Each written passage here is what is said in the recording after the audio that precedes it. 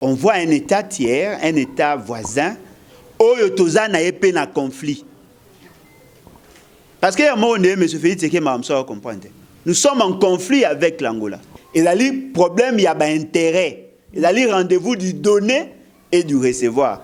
Qu'est-ce que nous avons reçu de l'Angola en dehors, il y a un avion? Parce que tout le monde a un avion circulé. Ça n'a résolu aucun problème. Les Angolais ne viendront pas ici pour neutraliser Kabila. Tout le monde a une aventure. Ce qui Félix Tshisekedi veut combattre Kabila en tant que système. Quoi de plus normal, c'est ça notre combat. Biso to bundapo que ce système kabiliste est long. Tiba Bakenda qui n'a élection, c'était justement pour faire partie le système Kabila. Parce que Kabila, en tant qu'individu, c'est facile de le neutraliser parce qu'il y a un moutou, limité par le temps et par l'espace. Mais Kabila système, c'est ce que nous avons combattu. M. Félix Tshisekedi n'a pas été proclamé élu sur base de procès-verbaux, mais plutôt sur base de la clé USB. C'est-à-dire flash. Qui machine à voter? Oh, qui machine à voter, mais qui machine à voter, c'est le col à imprimante. C'est ça la loi.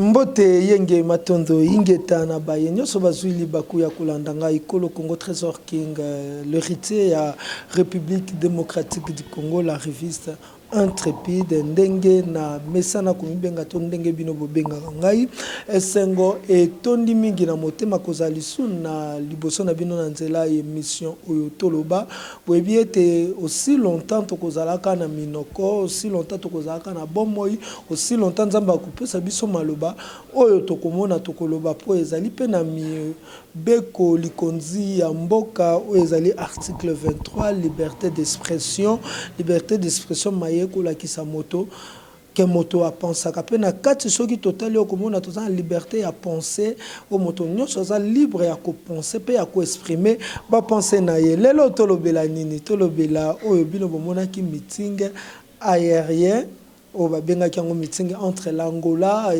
et la République démocratique du Congo ba avion bomoni ba avion mi balele ki ba congolais ba obi ba filmer kinga kati ba avion ane ye po eta kimia na minembwe eta kimia na este ya mboka Congo topo eta kimia na Kinshasa et toluka toyeba accord ezali na Angola to ezate po lobi ekoma lisusu te lokola ba Rwanda na ba Uganda ezalaka na accord o accord anezaka individuel ba Angolais ba ko ya ponani toko luka lisu to beta moi lisolo na accident ya Jardine Mabunda bato balobi basa ba tuti vraiment Mike baboko lekisa bilili wana o bato bakolo baba yekaka ko tuta pembeni ya mama azi choc aza na hôpital Janine Mabunda ou azaki ifa esengela ki balongola ye présidente ya assemblée nationale lelo oyo aza na hôpital na choc malgré famille na ye ekoloba ete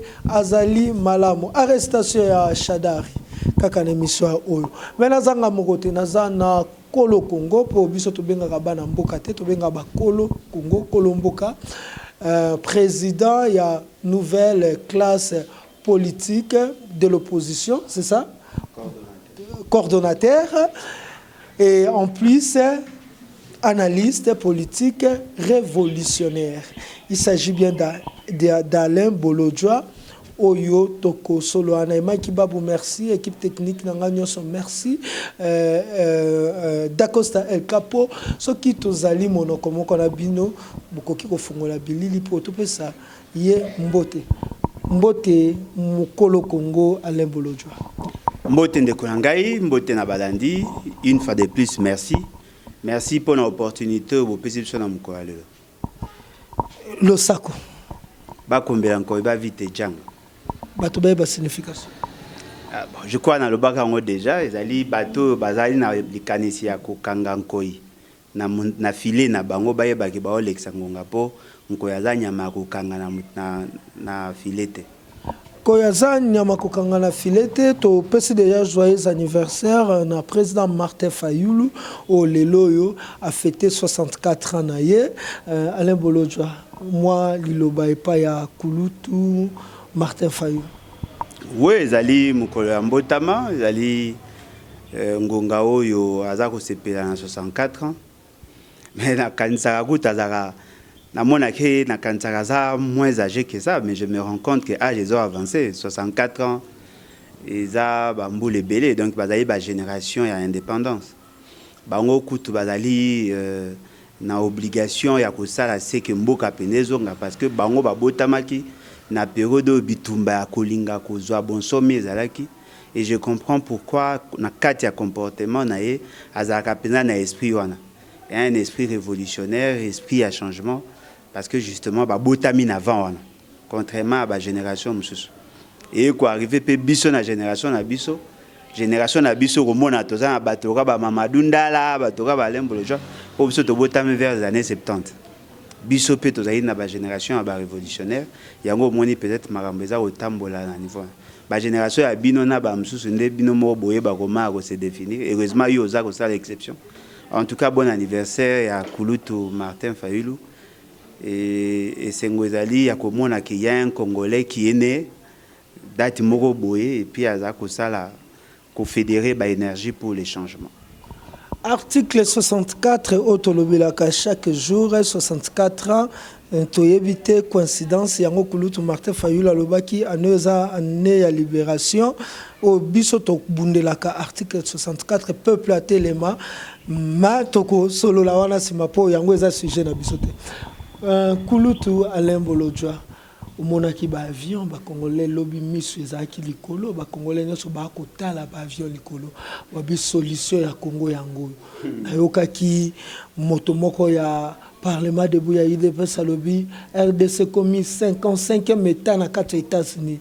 Donc, il y a un président des États-Unis qui a une décision 54 États, qui a payé à RDC le quoi 55 États, ils ont sous jeté et comme réalité.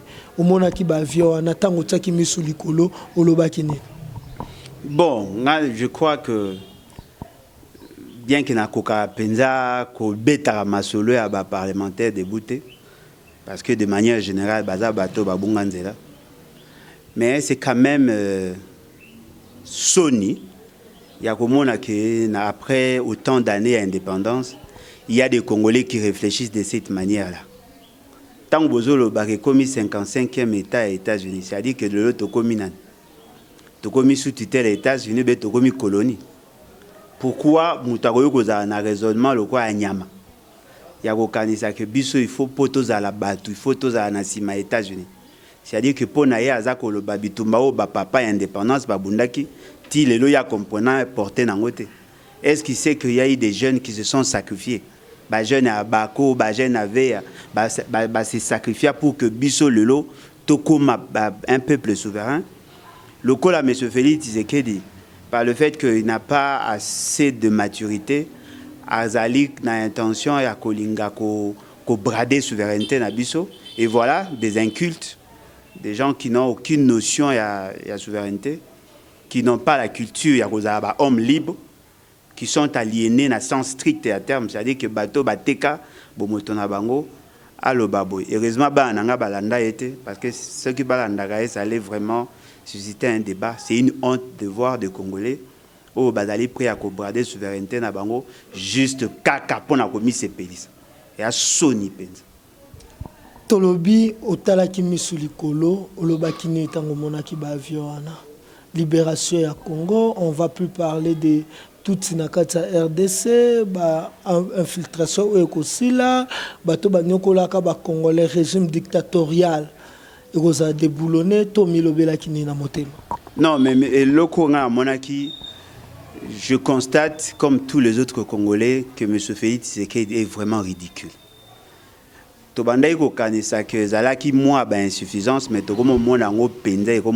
comme si il tendre vers une certaine maladie. C'est-à-dire quoi en clair? L'État congolais, c'est un État souverain.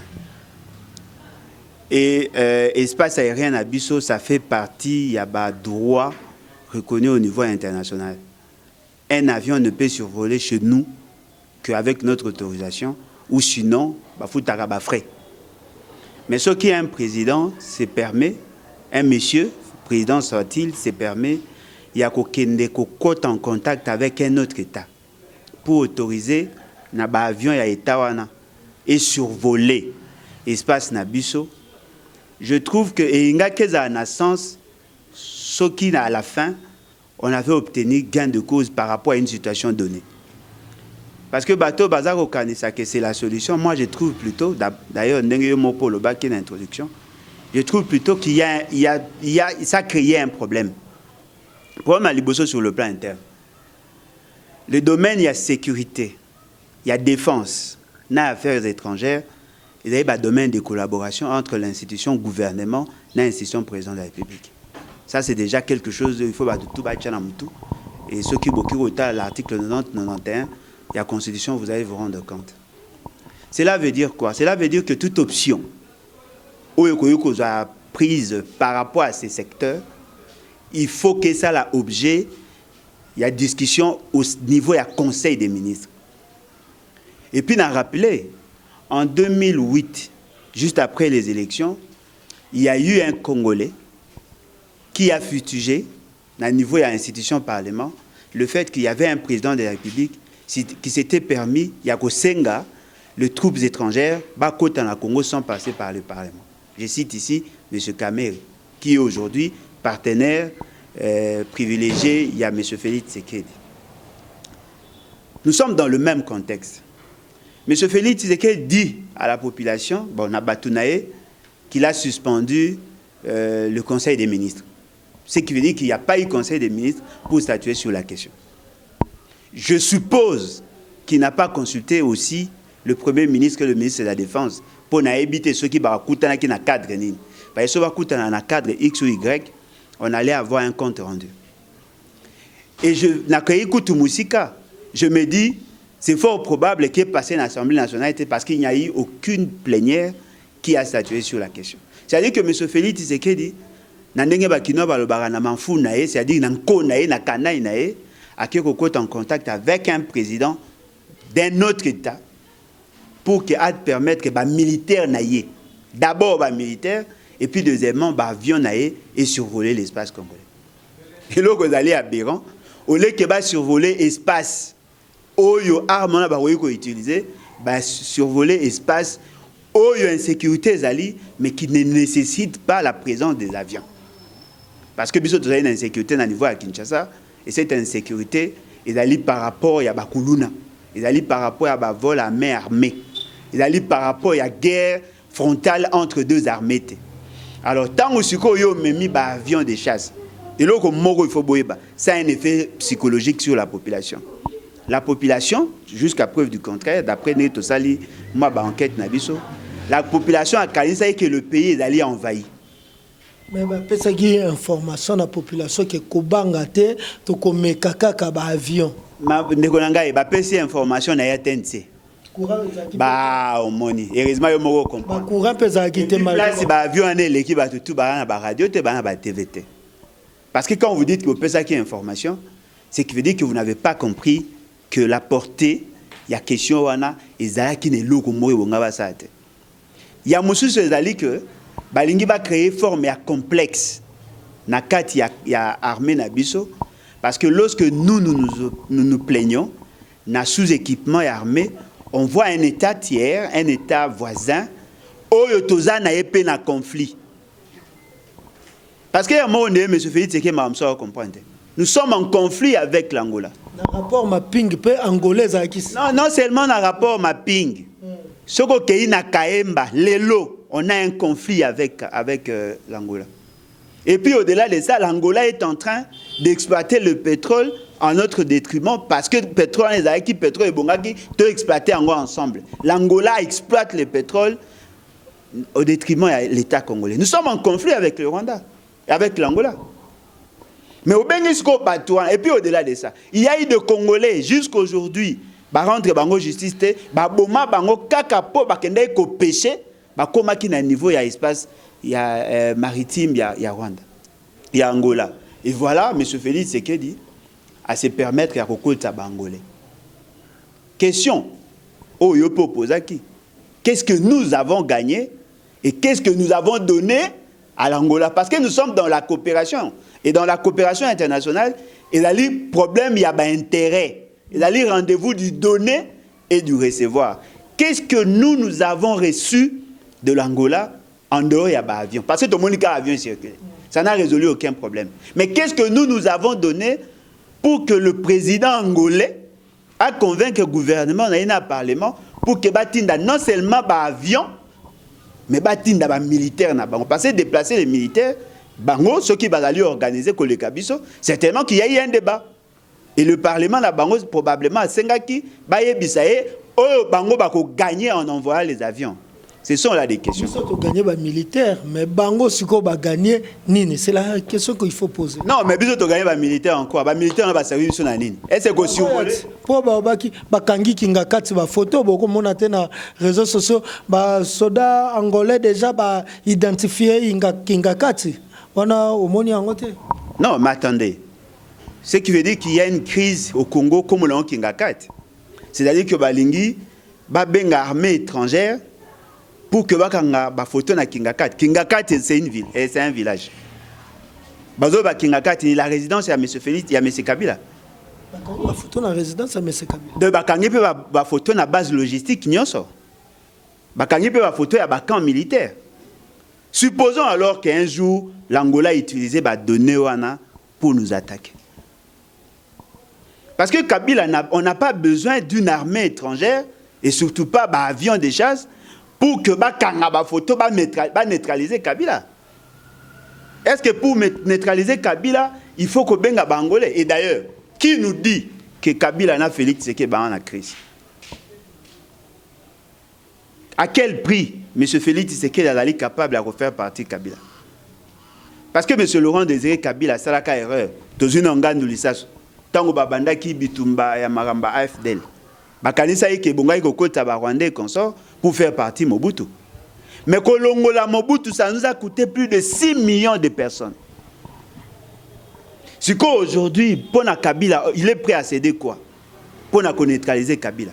Et puis bateau bazako kanisa neutraliser Kabila, c'est faire partie le Rwandais parce qu'il n'est pas. Mais au même moment, M. Félix Tshisekedi a reçu qui?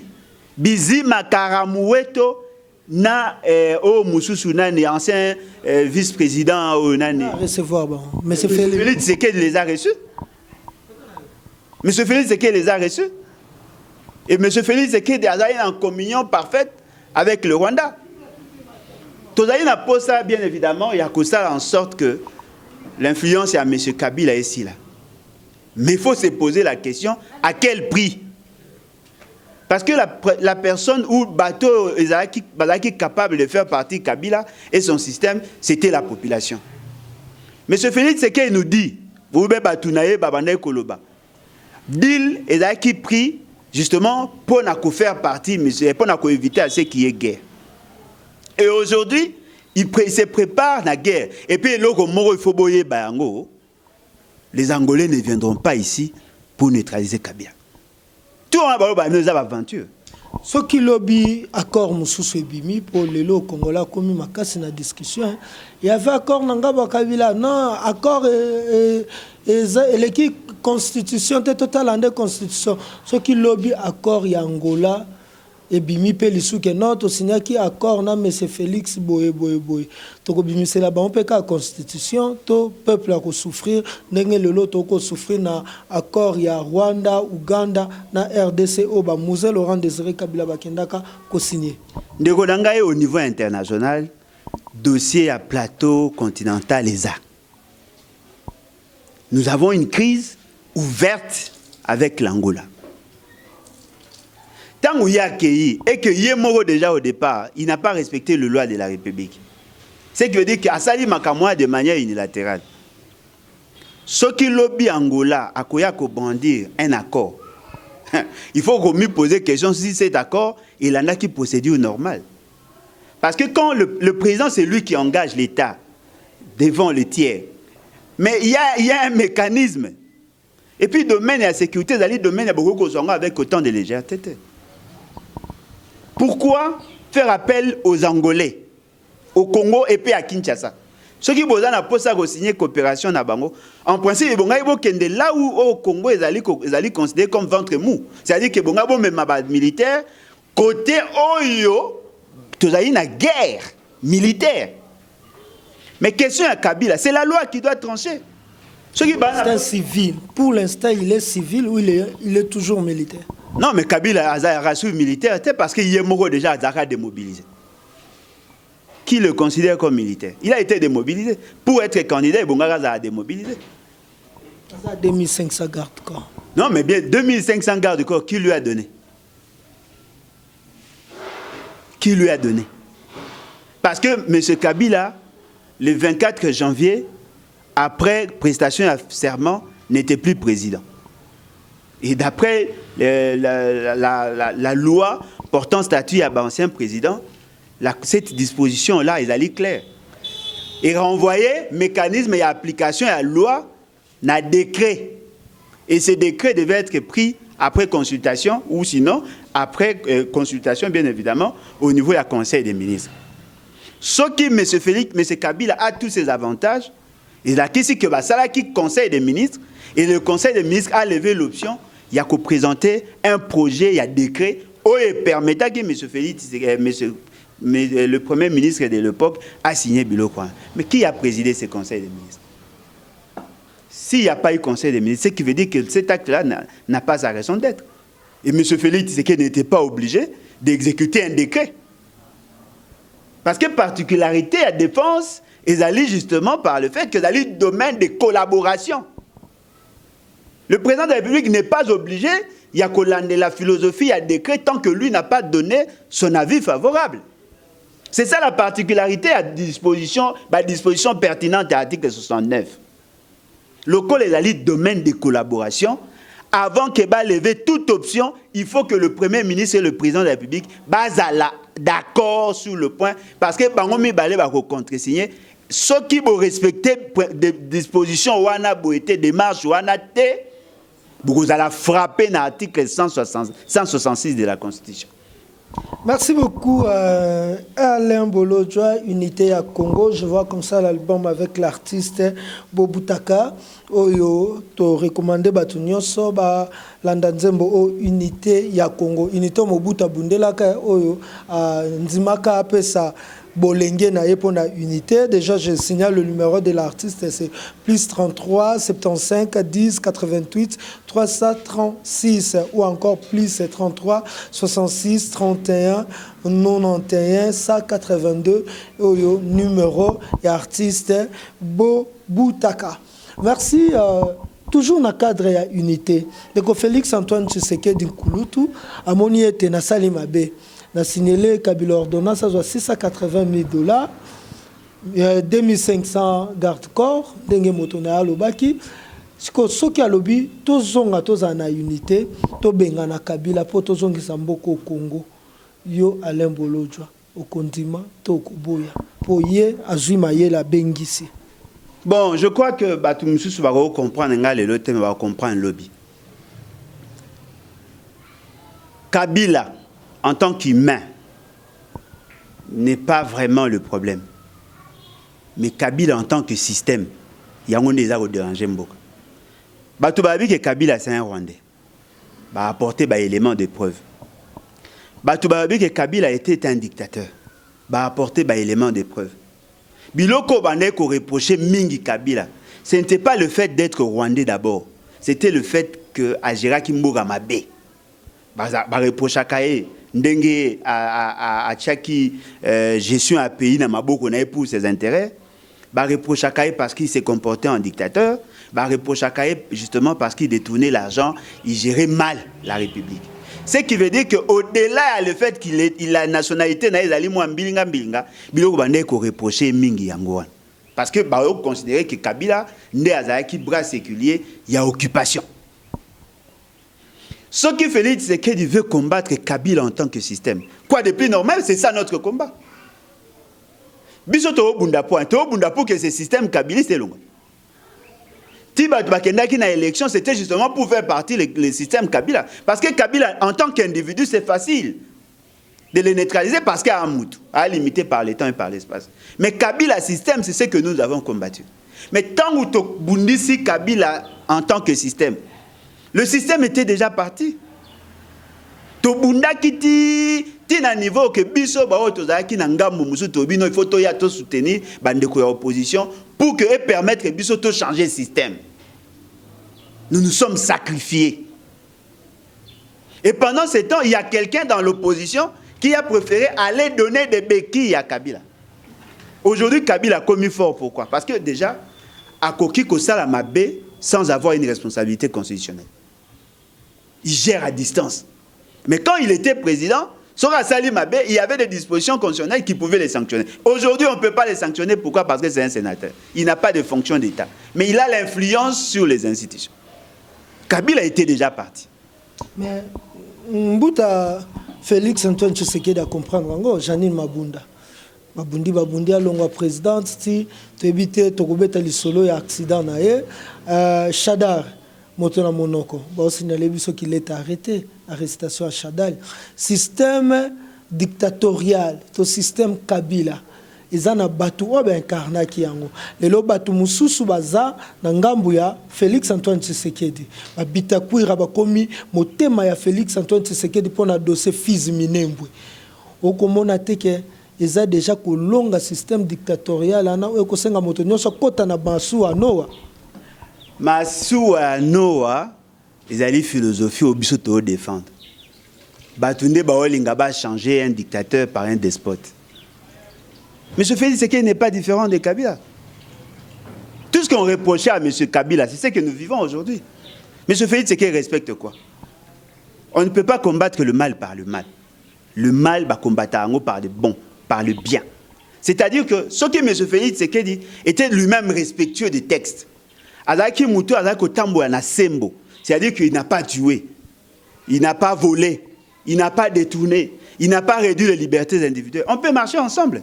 Et puis ceux qui ont, par exemple, un dossier à Rwanda, position à M. Félix, c'est qu'il est clair. Alors que nous sommes dans l'occupation, alors que les Rwandais sont des Rwandais et non des Congolais. En ce moment-là, on allait avoir des histoires en commun. Lui n'est pas différent des Kabila. C'est un bras séculier à Rwanda. Il a la même philosophie. Et là, ils ont dit que tellement que Batu Baché haine, pas haine, tellement que Batu Balinga Kabila te, comme il y que Moutounio soit combattre Kabila lelo, alors combattre pour le peuple. Non, Félix Tshisekedi a combattre Kabila parce qu'il veut être Kabila. Ce n'est pas différent. Il combat Kabila pour qu'il soit Kabila. Expliquez-moi. Non, mais à il y a ça, la Makambo, Kabila, ça. Nous vivons ça. Au moins, il va comprendre le lobby. Quand on s'est posé de mauvaises questions pendant que Mobutu était président, on pensait que faire partie de Mobutu, c'était une solution. Est-ce que Bobi, qu'après le départ de Mobutu, va Birgit? On a vu des gens qui ont été tués ici au nom de la liberté, au nom de la révolution. Le Rwandais Bafanda. Parce qu'au départ, les gens pensaient que le problème était Mobutu. Non, le problème n'est pas être Mobutu, le problème c'est le système. Mobutu a remplacé Mobutu. Ceux qui sont capables de commettre un changement, les gens allaient oublier Mobutu. Aujourd'hui, tout le monde en parle. M. Félix Tshisekedi veut être comme Kabila. C'est-à-dire qu'il veut avoir un pouvoir totalitaire. Si vous ne croyez pas à ma parole, croyez quand même à mes œuvres. Oui, bah, Kabila wana zuka liloba Kabila na memi yango mais Lumumba ebonga te lelo boko mona Félix boulevard Lumumba to banda ngo na quartier MLE Félix akomi ko ndeko Félix akomi ko kene lengesa eko la kisayete ke Lumumba ba bongisa wana boulevard Lumumba Kabila kasi yango to ko loba Kabila moi ba œuvre mona naki lelo pe soki to ko croire ata na parole ya Kulutu Félix Antoine Tshisekedi atana ba œuvre na tangelio Janine Mabunda a Kolonga présidente de l'Assemblée nationale Nani Chadar a Kangami Bitakwira Nangambu naye Akangami te Nangambu a Félix Antoine Tshisekedi. Mais c'est ça. Donc Bilo Boza, attendez, on a une solution palliative. Ndekonanga elo au moins ezali vrai. Ezali que M. Félix Tshisekedi et sa bande bazako kanisa ke biso tout a naïf net bata parlementaire debout. C'est-à-dire pour na calcul na ezali quand je veux combattre Kabila, tout le monde va adhérer à ma vision. Donc, et les gens non mais les gens vont suivre. Mais le problème n'est pas seulement Kabila, le problème c'est aussi le système totalitaire où tu dois vivre. Mabunda bolongoli. Bato barobeta maboko. C'est bon, balongoli. Ce qui totalement en matière de procédure, c'est discutable. Mais ce qui bolongoli mabunda, boko remplacé par qui? Par Mouto Azaki éluté. Vous changez le retard? Puis de robeta masolo, ba député on a bazaki éluté. Mais bino boyebi sabiso non, voilà ba olongola mabunda. Oui, toyebi ke ba député on a bazaki kabilokratiquement élu. Si vous avez le Mabunda, on remplace Mabunda par un autre Mabunda. Au salaire le retard, il faut d'abord que tous en acte Assemblée nationale, bateau ba ponami na peuple. Si vous voyez Bissanga, Félix Tshisekedi n'a pas été élu. C'est que preuve ça. Ezali, bien sûr. Si les lobes preuve, on est en cas à scène quoi. Ça c'était une décision politique. M. Félix Tshisekedi ne pouvait pas être déclaré élu. Parce que déjà au départ, la loi insiste sur le fait que pour être déclaré élu, il faut d'abord que va constater à partir de procès verbaux légal. Mais ce fait, c'est qu'il n'a pas été proclamé élu sur base de procès verbaux, mais plutôt sur base de la clé USB, c'est-à-dire flash. Qui machine à voter? Oh, qui machine à voter, mais qui machine à voter, c'est le col à imprimante. C'est ça la loi. Qui a fait de M. Félix Tshisekedi président? C'est M. Kabila. Daniel Shekomba, je pense, il a décrit, il a expliqué au peuple congolais, Makambouana, surtout Batoubanzema, qui était aussi candidat à la présidence de la République.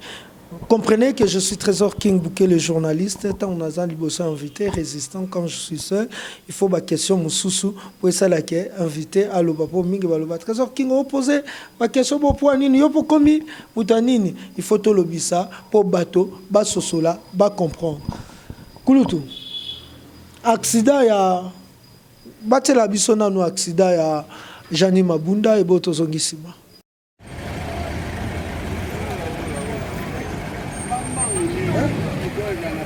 Bébé on le voit sali. Azib n'a mère yemo ma katikati. Donc au lieu azota deuxième mère yemoko. Non enfin non. Quand tu as mère à choc, mère qui na choc mère à hôpital. Mère à hôpital. Mais prenez type.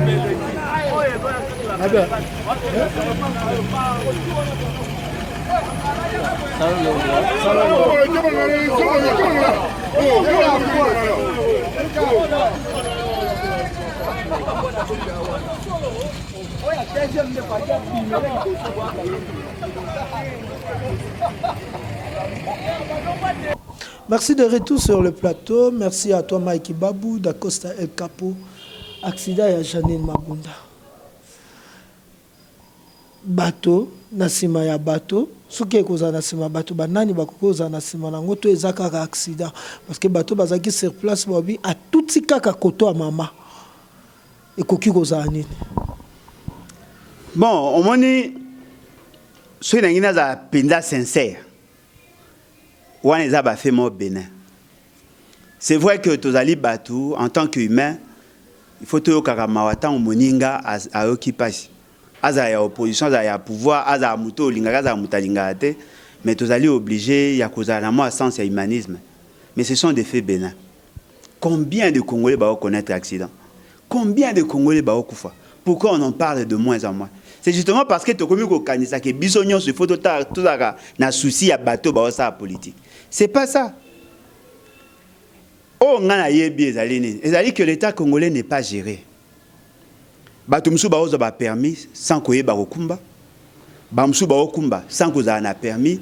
Ba mituka mingi yotambola sans contrôle technique. Ezali ba conséquences moko pe ko sala ke batumsu ba sala marque. Au-delà de ça, ce que ezali na bateau ba na posa ba nuire. Na santé na ba nuire na moto na ye. Mais koza banane. Ka ba partenaire politique na ba. Ce qui veut dire qu'aujourd'hui, ce que ezali attentat balinga ki ba bomaye. C'est qu'il s'entend qu'il y a quelqu'un qui a été commanditaire. Mais c'est justement parce que Bangonyo son a raison à Bango mafia, comme il n'a pas ça à Kolinga qu'on s'éliminer. Mais pour quelle fin? C'est justement pour confirmer que Bangon débat na pouvoir. C'est-à-dire que le débat, oh, il y a accident, Et ça continue à se questionner sur plusieurs autres questions, sur plusieurs autres faits. C'est-à-dire que le long des années, on a ceux qui allaient banga qui ba bomaye, to banga qui ba nuire na santé na yé, c'est justement parce qu'ils sont en conflit. Mais conflit yango eza nini? Yango na zo bisalo que monsieur Félix veut se substituer en Kabila. Conflit yango nyon c'est ali conflit ya intérêt. Ba obunda pour que oyo azana posa na maîtrise du pays, oyo ana posa na maîtrise du pays. Mais tant otali na ba fait geste na bango, eux tous sont de la même nature. Ce sont des mafieux. Mboke za otambola mabe, mais il y a des gens qui veulent tirer des couvertures à leur côté. Ndeko na ngai, muto alinga congolais. Ako détourner mbongo. Moi naza na kati ya couveuse na mama yemo kure katane. Moi na kufi po yo yibimbongo.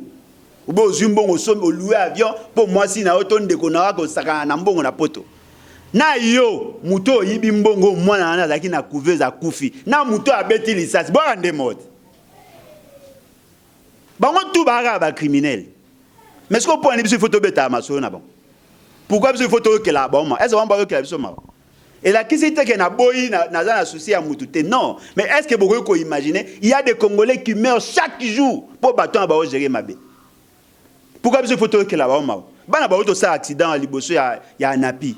Ah on a boulevard. Ba touti mutuka na bango bana ba côté hôpital. Bana muso ça accident. Combien d'accidents salamika ka mikolo ya mukia. Même en face il y a nini Fondation Kabila. Na batete là. Il y a eu un autre accident. Ils gèrent mal les pays.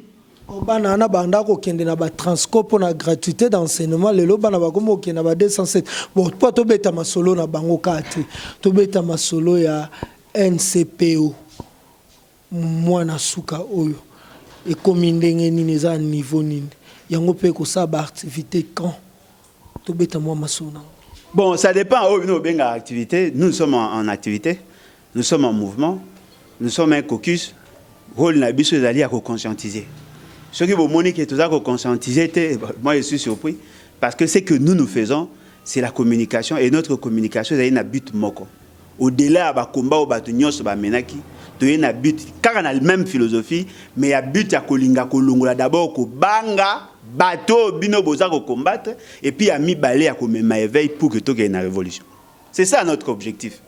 Tant que tu as un aspect politique, tu as mobiliser, tu as une base, tu as une intention à ça. Parce que tant que tu as une base, et la base pour quelle finalité? Pour la révolution, tu as une base pour que sa partie tu implanté. Non. Tu as déjà te suspendre qui idée sur la partie politique parce qu'on ne peut pas créer des partis dans la situation d'occupation. L'élection, c'est tout au ça et vous avez décidé ailleurs. Pourquoi, comme ma population n'a élection, après, un certain Félix Tshisekedi, qui n'a pas été élu, proclamé élu, ça